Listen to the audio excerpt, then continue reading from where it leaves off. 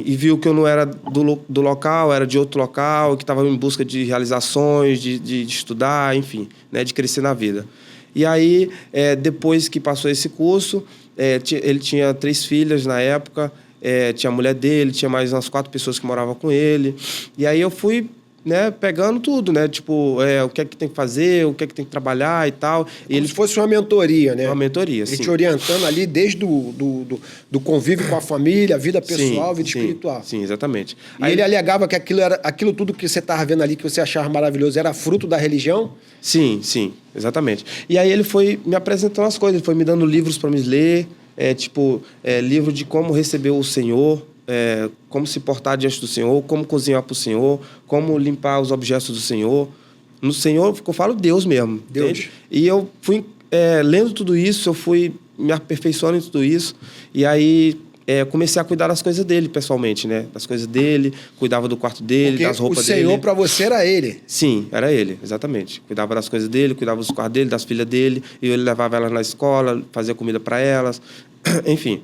E aí, o tempo foi passando e ele teve a ideia de vir para o Rio de Janeiro, né? Para Petrópolis.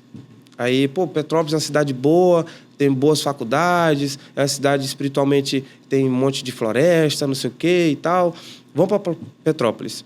Aí, antes de eu trabalhar no hotel, eu trabalhei na loja americana do Shopping São Luís, lá no Maranhão. Só uma questão antes de você concluir. Ele te via como? Ele te encarava como? Como um filho? Como um filho, sim. Ele falava que você era um filho dele? Sim. Tá. Desde o primeiro instante, ele sempre me chamou de filho. Sim. E aí, depois de um certo momento, eu passei a chamar ele de pai, porque eu considerei mesmo, de verdade. E aí, antes de eu ir para o hotel, eu trabalhei na Americanas durante uns 20 dias.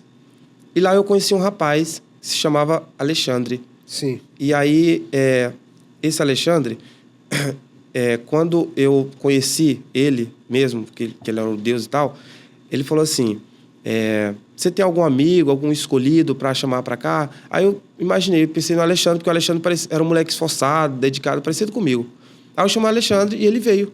Ele conheceu também e ele veio junto morar, todo mundo junto lá com a família. E aí, quando surgiu a ideia de ir para Petrópolis, fui eu e o Alexandre para Petrópolis e 2 advogados que tinham dentro da religião para Petrópolis, para a gente alugar uma casa e trazer a religião para o Rio de Janeiro. E aí foi onde tudo começou, a questão da mudança. Isso acho que demorou em 6 meses. Porque tinha ônibus lá, tinha micro-ônibus, tinha empresa lá, tinha faculdade e tal. Sim. Então demorou um pouco essa mudança. Mas foi eu que vim primeiro com o Alexandre para Petrópolis. E aí a gente chegou, se estabilizou, ficamos no hotel durante os 3 dias, eu acho. Aí depois fomos para casa, que eu estava em conversa com a corretora de imóveis. A gente alugou uma casa, fomos para casa lá e tal. Aí depois veio todo mundo para cá, aí subiu. Aí ficamos lá em Petrópolis, né? E aí, tipo assim, a gente tinha uma semana normal, como se tem. Você veio para Petrópolis com o intuito de implantar a igreja. Sim, a gente veio no intuito... Implantar a seita. E ele morar aqui também, ou era você que ia dar continuidade? Não, era todo mundo, inclusive ele. Eu vim só, tipo assim, preparar o caminho, como ele falava, né? A cidade de que vocês eram, qual era o nome? São Luís. São Luís, Maranhão. Isso. E aí, a gente veio para Petrópolis, né? E aí, a gente alugou a casa e tal, aí veio todo mundo para cá. E aí, conversa vai, conversa vem, tá? Um monte de coisa acontecendo. E aí, dado um momento, a gente sempre vê um ponto falso, né? Tipo assim, no meio da verdade. Porque ele fala que ele é o dono da verdade, entendeu? A verdade absoluta está na mão dele. E aí foi quando você começou a desconfiar dele? Quando eu comecei a desconfiar. Qual foi o start, assim, que você olhou e falou assim, porra, eu acho que isso aqui tem alguma coisa errada? Então, até o momento em que, tipo assim, ele dava pra gente estudar, ficava cobrando a gente sobre estudo, sobre acordar cedo, sobre cumprir com a responsabilidade, beleza, porque isso qualquer lugar, disciplina é essencial pra gente alcançar o nosso objetivo, correto? Sim. Então, só que, além disso, como o personagem Deus, que ele falava que era, eu via algumas coisas que não eram transparentes, entendeu?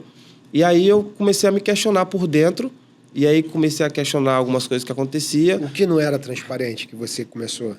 Por exemplo, eu sou ator, né? A gente fez um trabalho de teatro, eu me formei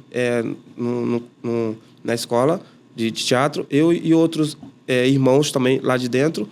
E é o que acontece. A gente precisava fazer um TCC, né? A gente precisava fazer um TCC. E aí a gente desceu às areias de Copacabana. Sim. Né? Porque o TCC ou era apresentar em algum palco, ou era para apresentar na prática, alguma coisa. E a gente desceu às areias de Copacabana. E aí eram 7 pessoas, se eu não me engano, no dia. E aí a gente começou lá e tal. E as pessoas gostaram, a gente fantasiado com peruca, cabelo, pá, roupa, todo fantasiado. As pessoas gostavam e davam dinheiro pra gente, né? E aí, nessa, o que aconteceu? Ele pegou e criou um ministério, uma empresa. Ele fala ministério, mas criou uma empresa em cima disso, né? Ele viu um potencial. Ele viu um potencial. De ganhar dinheiro com isso. Perfeito. Exatamente. E aí criou um negócio. Criou um negócio. o CNPJ. Sim. Criou o CNPJ de empresa e tudo. Aí ele fez o quê? Ele pegou e colocou pra gente ir todos os dias pra Copacabana pra pedir dinheiro pras pessoas. Vestido do teatro. E esse dinheiro ia pra onde? Esse dinheiro ia pra casa. Quando a gente chegava, a gente arrumava o dinheiro no ofertório, no envelope, botava no envelope, e uma pessoa mais velha da casa, né, que é a pessoa de, tipo, ancião, que ele falava, né? Ancião. Uma pessoa mais velha recebia o ofertório e levava para ele, ou para a mulher dele. Era tipo financeiro. É o financeiro, exatamente. E fazia o controle de tudo ali. Vocês não ficavam com nada desse dinheiro? Não, a gente não ficava com nada. A gente só levava porque aquele dinheiro era para comprar comida, roupa, pagar aluguel, enfim, comprar as coisas para ele e etc.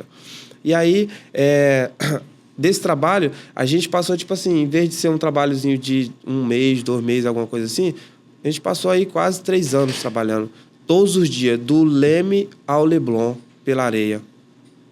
Gerando essa receita para ele. Gerando essa receita para ele e levando todos os dias 210, 400 reais para casa. Essa empresa que ele abriu, foi no nome de vocês ou no nome dele?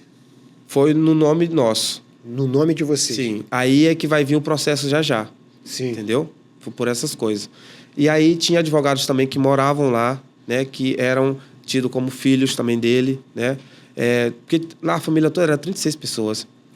Você acha que todo mundo que estava nessa casa estava sendo enganado assim como você? Ou tinha parte, por exemplo, esse advogado conivente com ele? Gida, eu vou te falar uma coisa. A grande maioria estava sendo enganado, sim. A grande maioria? Sim. Mas tem uma minoria que você acha que pode ser conivente? Sim, porque quando eu cheguei já tinham pessoas lá dentro. Então, eu não busquei muito o passado de ninguém. Não busquei muito saber, entende? Então, eu só sabia dos que estavam chegando, após mim. Mas antes de mim, eu não sabia. Para mim, tipo assim, era do bem.